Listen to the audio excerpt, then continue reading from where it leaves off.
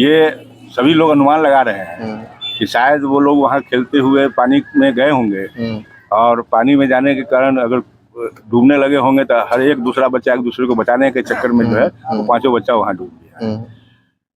बहुत सामने है जो भी हमारे प्रमुख जी भी बताया है ना, यहाँ पर प्रशासन की लापरवाही है कि वहाँ मिट्टी जो खोदा गया तो उसको अतिशीघ्र उसको भरवाना चाहिए था, इतना गड्ढा नहीं होना चाहिए था। 3 फीट के अलावा है कि भाई मिट्टी पर आप बगल से खन सकते हैं, उससे अधिक नहीं खन सकते हैं, उसके लिए परमिशन लेना पड़ता है। लेकिन इस पर लापरवाही के कारण ही इतना गड्ढा बना। और इसका प्रतिनिधि भी हैं, ये प्रमुख हैं कटरा के। क्या नाम हुआ सर आपका? मोहम्मद नूर आलम मेरा नाम हुआ, कटरा। मोहम्मद नूर आलम जी, कैसे सर आप जनप्रतिनिधि हैं, बताइए इस तरह की घटनाएं अगर हो जाती है इसके लिए किसको आप जिम्मेवार मानते हैं? देखिए ये घटना जो हुई, बच्चे लोग छुट्टी था और घटना वो एक्सीडेंट है, ये इसको हम एक्सीडेंट ही मानते हैं। ये लोग खेलने के लिए घूमने के लिए निकले थे और प्रत्यक्षदर्शी वहाँ पर कोई नहीं है कि घटना घटा कैसे। ये सभी लोग अनुमान लगा रहे हैं कि शायद वो लोग वहाँ खेलते हुए पानी में गए होंगे और पानी में जाने के कारण अगर डूबने लगे होंगे तो हर एक दूसरा बच्चा एक दूसरे को बचाने के चक्कर में जो है वो पांचों बच्चा वहाँ डूब गया। बहुत मतलब दुखदाई घटना है। तो सर एक्सीडेंट, चलिए एक्सीडेंट तो हम मानते हैं, लेकिन ये एक्सीडेंट जो हुआ है तो वहाँ गड्ढा किया गया जब जाके एक्सीडेंट हुआ है। वो सड़क बना, उसमें वहाँ पे एक पुल बना हुआ है, ये घटना पुल के पास का है। सबसे बड़ी बात यह है कि जो पुल का अप्रोच बढ़ा गया उसको सड़क के बगल से ही मिट्टी काट करके वो उसको बनाया गया, इस कारण से वहाँ पर काफी बड़ा गड्ढा हो गया। और बच्चों लोगों को ये पता नहीं था कि यहाँ पे इतना बड़ा गड्ढा है।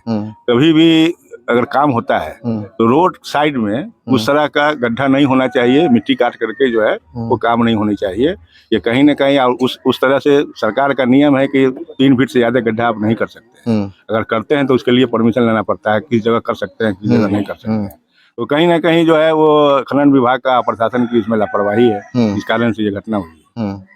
आप मानते हैं ना जो खनन विभाग और प्रशासन की लापरवाही है।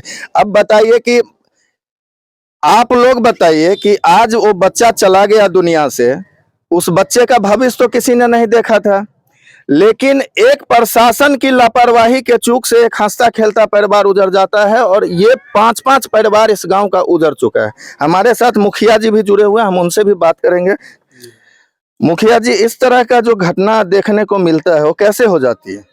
अभी तो आपके सामने है जो भी हमारे प्रमुख जी भी बताया है ना, यहाँ पर प्रशासन की लापरवाही है कि वहाँ मिट्टी जो खोदा गया तो उसको अतिशीघ्र उसको भरवाना चाहिए था, इतना गड्ढा नहीं होना चाहिए था।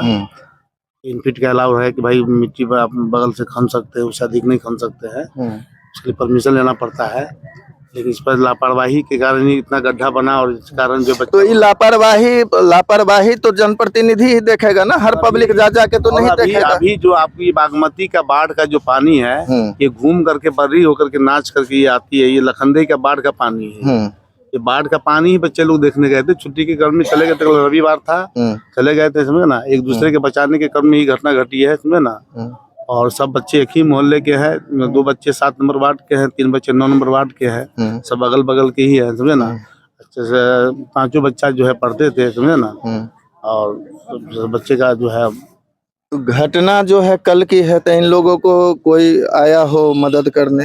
देखिए मदद पीओ पर जो घटना स्थल पर जो है प्रशासन आए, थाना प्रभारी जी आए और सीओ मैडम भी आई, समझे ना, आश्वासन दिए, समझे ना। जो भी उसका जो है क्रियाकलाप है, जो आपदा से उसकी जो है वो सब मिलेगा। आज आश्वासन दिए हैं कि आज ही उनको मिल जाना है जी।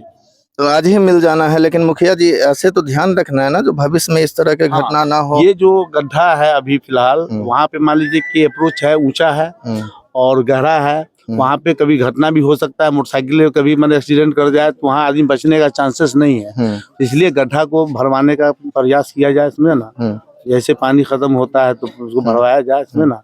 कभी भी घटना घटी नहीं तो घटने के बाद जो भरवाने की सोच रहे हैं तो मतलब घटने से पहले अभी तो इस फिलहाल तरह का अब अगर घटना गड्ढे हैं तो उसको बंद अभी तो घटना घट चुकी है। अब हाँ। तो लोग इस पर एहतियात करेंगे और प्रशासन इस पर ध्यान दे। हाँ। इसको अच्छा, बच्चे को जब रिकवर किए तो कौन प्रशासन के लोग रिकवर किए थे नहीं या नहीं खुद नहीं, ही? हमने एसईओ मैडम को फोन किया था कि मैडम अभी अभी गोरधुआ पुल के निकट जो है 5 बच्चे पानी में डूब गए हैं, गोताखोर की जरूरत है, आप भेज दीजिए।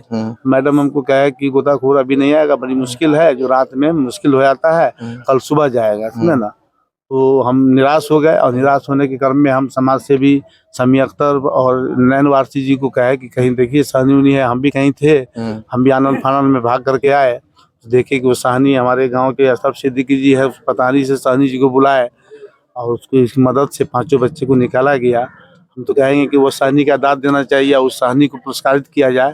उसका नाम जो है अजय सहनी या कुछ नाम है, नरजीत सहनी है, और पिता प्रयाग सहनी है, पंचायत बजघटा है, ग्राम पतारी है।